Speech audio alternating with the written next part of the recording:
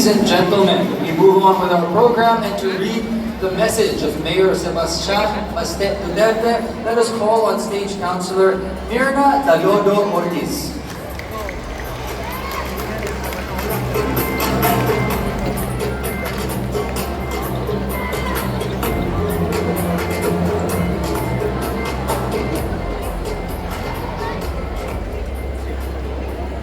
Assalamualaikum warahmatullahi wabarakatuh. Maling bonle kamong lahat. Mabuhay o madayaw. Maayong gabi sa atong tanan and a very pleasant kadayawan to everyone. To our esteemed deputy mayors and cultural community leaders representing the different ethno-linguistic cultural communities of Davao City, our distinguished guests, partners from the government, Davao City Events Expo, our generous sponsors, esteemed members of the panel of judges, our security personnel, and all our friends and guests who have joined us tonight. Maayong gabi ug daghang salamat sa inyong presensya. Most especially to our 11 Hiyas sa Kadayawan 2026 candidates who have proudly carried the name, identity, and heritage of their respective tribes throughout this journey. Congratulations. To the families, relatives, friends, and supporters of our candidates, thank you for being here to celebrate with them, and thank you for continuing to share with us the richness of your culture, traditions, stories, languages, and heritage. As we come to this part of tonight's program, it is my honor and privilege to represent our City Mayor, Honorable Sebastian Baste Duterte, and to deliver his message on this meaningful occasion. Tuguti ako ninyo sa pagbasa sa mensahe sa atong halangdong mayor, Mayor Baste Duterte. Maayong gabi ug malipayong kadayawan sa tanang nakigduyong kanato karong gabi-una alang sa Hiyas sa Kadayawan 2026, the Grand Coronation Night. Tonight, we celebrate one of the most meaningful highlights of the Kadayawan Festival, the Hiyas sa Kadayawan. As a diverse and vibrant community, Davao City, home to the 11 ethno-linguistic groups, continues to stand as a shining example of unity in diversity.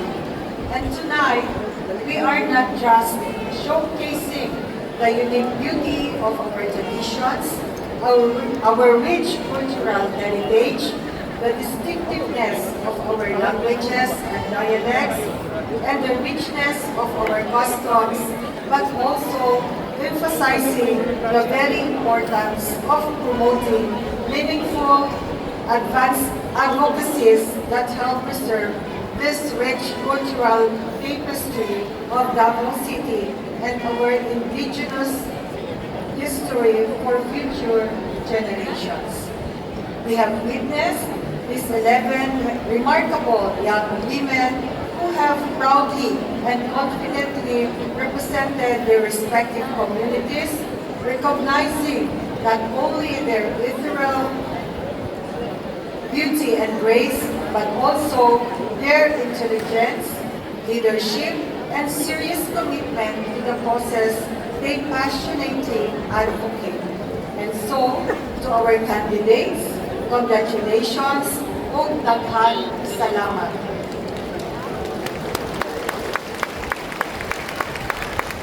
And may this Kadayawan bring all the Bohemians together, closing, as we say, we are one Kadayawan. So, mao kami ang mensahe sa atong halandong mayor, Mayor Sebastian Baste Duterte. We are one Kadayawan. Duterte! Duterte! Duterte! Duterte! Thank you very much, Councilor Mirna Danono Ortiz, for delivering the message from our mayor. And now it is time for our reigning festival queens to pass on their crowns to our deserving winners for this year. Let us welcome on stage Hiya sa Kalamboan 2025, Ms. Jovi Otahi from the Ata Cultural Community. Hiya sa Panaghiusa 2025, Ms. Catherine Kate Oda of Bagobo Tagabawang Cultural Community. And of course, our Hiyas sa Kadayawan 2025, Miss Siti Norhana Sangkaan, the pride of Bangsa Manao.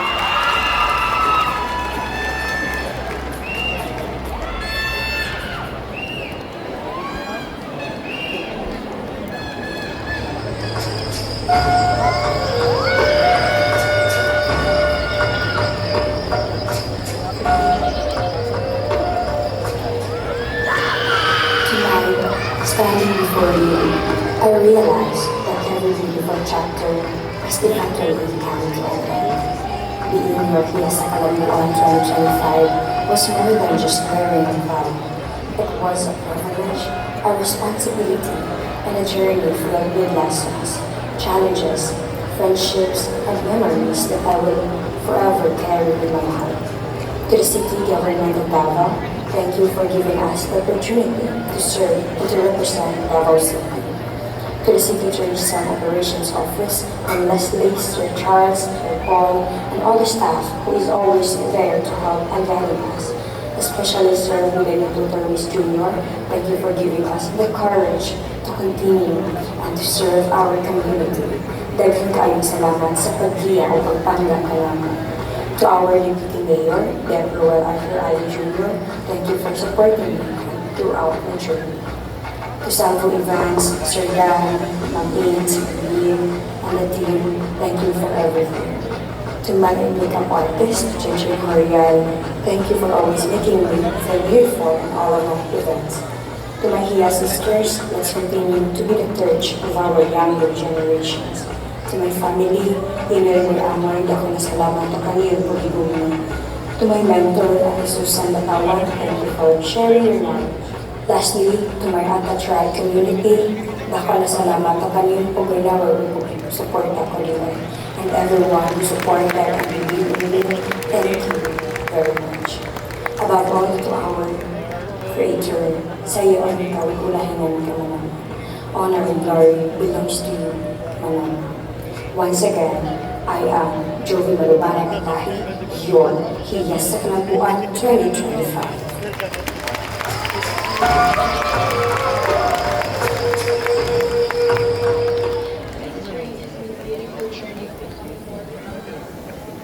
This reign has been a beautiful journey of becoming more grounded, more certain of who I am, and more courageous to stand for dignity, justice, and inclusion. It gave me more than a crown. It gave me people, lessons, friendships, and memories that I will carry with me for the rest of my life. To Ate Jessa, thank you for being the first person who believed in me to represent our beloved tribe. To the Balik Batribuco family that you built, thank you for giving me home. To my Ate Hiyas, especially Ate Shane and Ate Rachel. To our Deputy Mayor, Shelly Anino. To my Hiyas team, especially Kuya Bam, Kuya Ayan, and Kuya Rosh, I am forever grateful to all of you. To the City Government of Davao, thank you for giving us the Kadayawan. To the City Tourism Operations Office, especially Sir Will, thank you for embracing us and our communities. To Ma'am Leslie, thank you for journeying with us throughout this reign. To my family, especially my mama, daghan kaayong salamat. To Hornes Miagaw Dental of Doc Giovanna Miagaw, thank you for your generosity. To my entire Bagobo Tagabawa community, dapal sungkod salamat kanyo lang. To my Hiya sisters of 2025, I hope that we may always find our way back to one another. To everyone who supported us throughout this reign, the 11 deputy mayors, Salvo events, CTOO staff, to the Davao reigning queens, and to all the Buenos, daghan kaayong salamat. And above all, to Uma Manama, Thank you for teaching me humility and for constantly reminding me why I began. My reign may end tonight, but my commitment to my people does not. I am Catherine Kate Oda, Bagobo Tagabawa, your hiya sa Panagiusa 2025. Daghang salamat.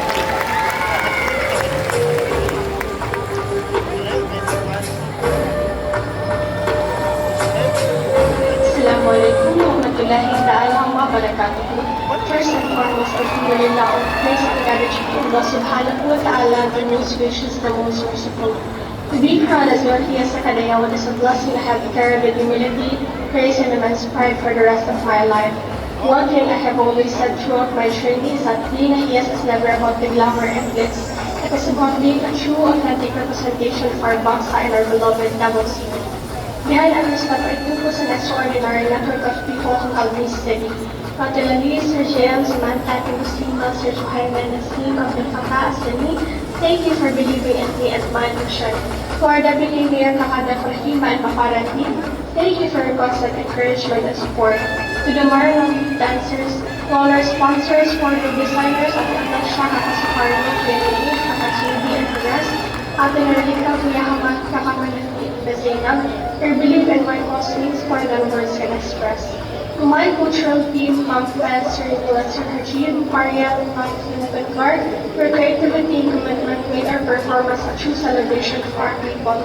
To my ES sisters, Ate Catherine and Jovi, it was an absolute honor to share this journey with you.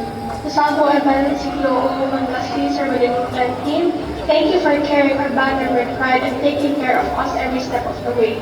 To DDC, families, friends, and especially to my unshakable foundation, Umi and Nadiakan, thank you for loving me beyond the crown and for being the loudest voices in every crowd I face. You have celebrated my little victories, carried me through my struggles, and prayed for me in silence. This reign is not just an adornment, it is an everlasting promise to continue serving, advocating, and inspiring. In the depths of my heart, shukran for walking with you on this unforgettable journey. Once again, Sakan, Sibay, Siti, Narhano, or Sangkaan, from Bangkok and now, your one and only, and will forever be Hiyas sa Kadayawan 2025.